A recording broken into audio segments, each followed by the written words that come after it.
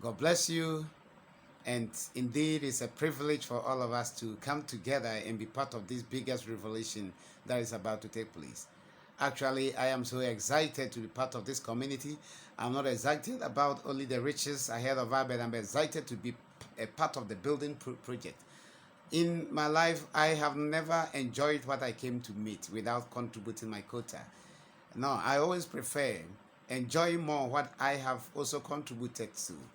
And for that matter, if I have come to meet a complete system in TBC and no more opportunity to work again, it would have been a very big distraction, or I would have been affected so much. But I am always privileged, and I consider it to be a blessing that we all came to meet it at its building stage, and we are all contributing to build. And in future, when we are writing the history of TBC, you also have a place. You also have a place dedicated for you because you also contributed your quota. So we those that found ourselves in the community today is the biggest privilege, and let's see ourselves as the builders of this community. And in future, generation to come will celebrate us. I am telling you, a lot of students are going to rise up to do research about us. PhDs and professors will rise up and write articles and theses about us. And it is going to be a historical thing, and what we are doing today is going to be documented in future. It's going to be documented in history books, research books. It's going to be a complete research because it is going to be an amazing revelation, and humanity cannot take their eyes off what happened. It will be amazing because the biggest coup d'etat that has ever hit the world is about to take place. And today I am taking reference from the blog as admin posted on the 2nd of March 2020. And he made a very categorical prophetic statement. And he said, it reads, woe, woe, woe to the wicked, for the poor shall be rich and the rich shall be poor. Woe, woe, woe to the wicked, for the poor shall be rich and the rich shall be poor. This is prophetic. This is prophetic. This is prophetic. This is bound to happen. Nothing can change this. It's true. But it's unfortunate that no one is hearing. The rich are not hearing this. And we are hearing it. But in future, they will come to read the blogs and our history, and they will see that it was a prophetic statement and warning that was thrown to them, and they needed to stand and stand well. But it's unfortunate they will not see until TBC become liquid and the tables turn around. Then they'll begin to research, and when they do the research, they will discover what was said about them. All right, so what had been said is also in the scriptures from the book of 1 Samuel chapter 2. When you read 1 Samuel chapter 2, when we read, that is from the verse of 6, Hannah, in her prayer, made similar declaration. And I would like to read for easy understanding and assimilation. The Lord kills and the Lord makes alive. The Lord brings down to the grave and the Lord brings up. Verse 7. The Lord makes the poor. The Lord makes poor and the Lord makes rich. He brings low and lifts up. He raises the poor from the dust, and he lifts the beggars from the ash heap, and set them among the princes, and make them inherit the throne of glory. I pick it from the verse of 8 again. He raises the poor from the dust, and he lifts the beggar from the ash heaps. He set them among princes, and he make them inherit the throne of glory. For the pillars of the earth are the Lord's, and he has set the world upon them.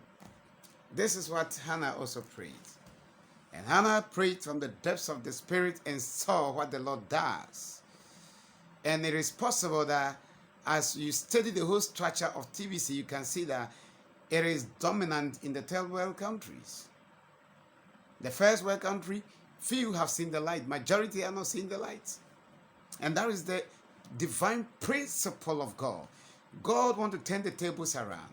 If this thing was to be introduced to the third world countries, then they'll continue to rule us forever and ever because they are already rich. They are already well off. They are able to feed themselves 3 square meals a day. But the third world countries, majority are suffering, starving. They scarcely have 3 square meals a day. Some take just 2 square meals, even 1 meal a day. And God in his wisdom wants to bring a system that will liberate the poor and cause some kind of equity in the world or the global system. And I believe God in his own divine wisdom will not start from the first world countries, but rather he chose to start from the third world countries. And we are privileged to be part. So I'm speaking to my brethren in the third world country that this is our opportunity.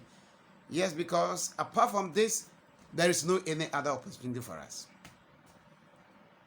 The level of which the advanced country has advanced and progressed, it would have taken us 1,000 years for us to compete. 1,000 years for us to be like them. But remember, 1,000 years, they will also not be where they are today. They will also be moving forward. And that is why it will almost be impossible for us to compete with them. Yeah, because it's completely impossible. But glory be to God that a revolution is taking place. And it's going to turn the tables around. And the third world countries, we are going to be the billionaires among the kingly society. Yeah, because by the time the first world country awakes, the elite awakes from their slumber and sleep, then we are gone. And this is prophetic. And Hannah quoted it in the book of 1 Samuel chapter 2 as we read from the verse 6 through to 8. The Lord makes rich, the Lord makes poor. And the Lord has the power or the capacity to raise someone from the poor, the poor from the dust, and he lifted the beggar from the ash heap and set them among princes. Some beggars are going to be set among princes very soon to come. Some people that had been living in dust, considered to be underdogs by the first world countries and other elite or communities, advanced countries, are going to be risen. And they are not going to just rise, they are going to sit upon the throne of princes. And the Lord is going to make them inherit the throne of glory. And this is the biggest opportunity that we have. If we miss this opportunity, we may not have another opportunity again till his kingdom comes. And that is why I want us to consider that statement very critical and see to be more prophetic, so that we pray into it and then we ginger ourselves with this that, hey, it is our chance. Hey, this is our opportunity. Let's arise, amass wealth, amass as many coins as we can. Pray hard and ask God for more wisdom and understanding so that we can all progress and move forward. And we need the grace of God to understand what is ahead of us. And therefore, this wake-up call, this is a wake-up call that as we also hear, don't let us be idle and keep quiet. Let us get out there and speak to more people about it. And when we do that, the Lord will bless us. When we do that, I think we will be doing great service, greatest honor to humanity in the world. And it is our chance, and this is our opportunity. And as we move out today, and as we are stepping out today, I want you to consider that this is the biggest opportunity that the world has ever gotten. It is technology. Technology brought it. And that is what happened. Technology automatically was bound to change the world. But the masses and majority of people that are studying the internet, and they thought the robot system is the biggest thing that is about to hit the world. They forgot about blockchain. It's going to turn things around. Now all eyes on blockchain. All research is now on blockchain. Yes, artificial intelligence is also creeping in. A lot of things are coming in. But remember that the blockchain technology is going to drive all those systems. The blockchain is going to drive all those artificial intelligence and the rest of the new technology, emerging technology that is taking place. Blockchain is going to drive all of them, and to God be the glory. The king of the blockchain soon will be the billion coin. Very soon, most of the coins that we see in the market will be washed out. They will be valueless. People will not value them any longer because they will depreciate.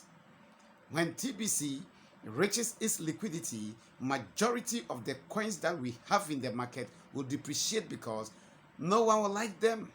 TBC is more abundant base than any of the coins in the market. And for that matter, the masses will all run after TBC and the rest will depreciate in value because they are being controlled by demand and supply. So if there is no demand, supply is stagnant, and therefore there won't be, it will depreciate, as you know, the principle of diminishing returns. All right, so we know we need to all back up our effort, rise and pray hard, and ask God to give us the grace that, as admin said, whoever consider yourself to be among the people that the world is looking down upon, hey, this is the privilege that we have to use to rise. It is not our fault, we the younger generation, it is not our making to be born in the third world community. We didn't ask for that.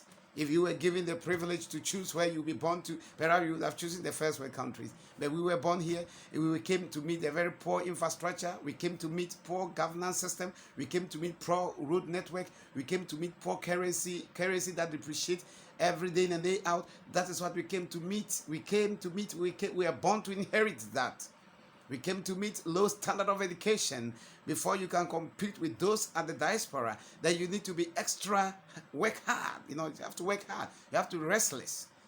As Isaac rightly told his son Esau that before you can compete with your brother Jacob, then you need to be restless. And we came to meet that system that we need to be restless before we can compete with those in the diaspora. And now this is the privilege that God is vindicating himself and is telling us that, well, I am giving you the chance, like your forefathers got the privilege and abused it. I gave them gold, I gave them manganese, I gave them bauxite, I've gave them mineral resources, land, vegetation, but they couldn't make good use of it. I am giving you another privilege. What are you people doing with it? God wants to vindicate himself because every day we are in bitter and in pain of why we were born to meet or to inherit this. And now he has given us another privilege. What are we doing with it? What are we doing with it? If we don't take advantage of this, it will take another 1,000 or 2,000 years for another opportunity to come. If we miss TBC, if TBC passes by, it will take another 1,000 years for a similar opportunity to emerge. And such opportunity will not happen at our time again. We might have died off and the next generation might come. So it is the biggest opportunity. Let's take it very serious. Let's rise wherever we are. As we battle hard in prayer, we are recruiting. We are maintaining our status in the mass adoption team. Yes, let's try hard as much as we can. Yeah. If you were in the mass adoption team and you just missed your position, lost your position, get in touch, get closer to your leader and ask him what to do. He would show you what to do. Yeah, he will show you, give you directives of what to do. So at the end of the day, you wouldn't be washed out. All the same, you can still be a billionaire in the B team. It doesn't matter. But it is better you be in the mass adoption team. That is the biggest opportunity. Remember, woe ye to the wicked. Yes, the poor shall be rich, and the rich shall be poor. And this thing will soon be a reality. Today is prophetic, but it will soon be fulfilled. God bless you wherever you are. And this coming from the corners of the global TBC prayer force. And we are a team of people that have taken upon ourselves to add another responsibility that admin didn't task us to do. Admin only asked us to broadcast and to recruit people, and then to make sure we are able to maintain our monthly admin fee. These are the things that admin expect from us: broadcasting, recruiting, training, and maintaining of your status in the system by supporting it with your monthly admin fee. And we have gone extra to add prayer to it. So it is our own ideology. No one tasked us to do that. So we are a team of people that have decided to add prayer, and we don't just want to do it private. We want to make it more public for the masses to also know that there is a need to pray, as long as we are working hard to make the Kringle Society better. Let's add prayer to it, because prayer changes all things.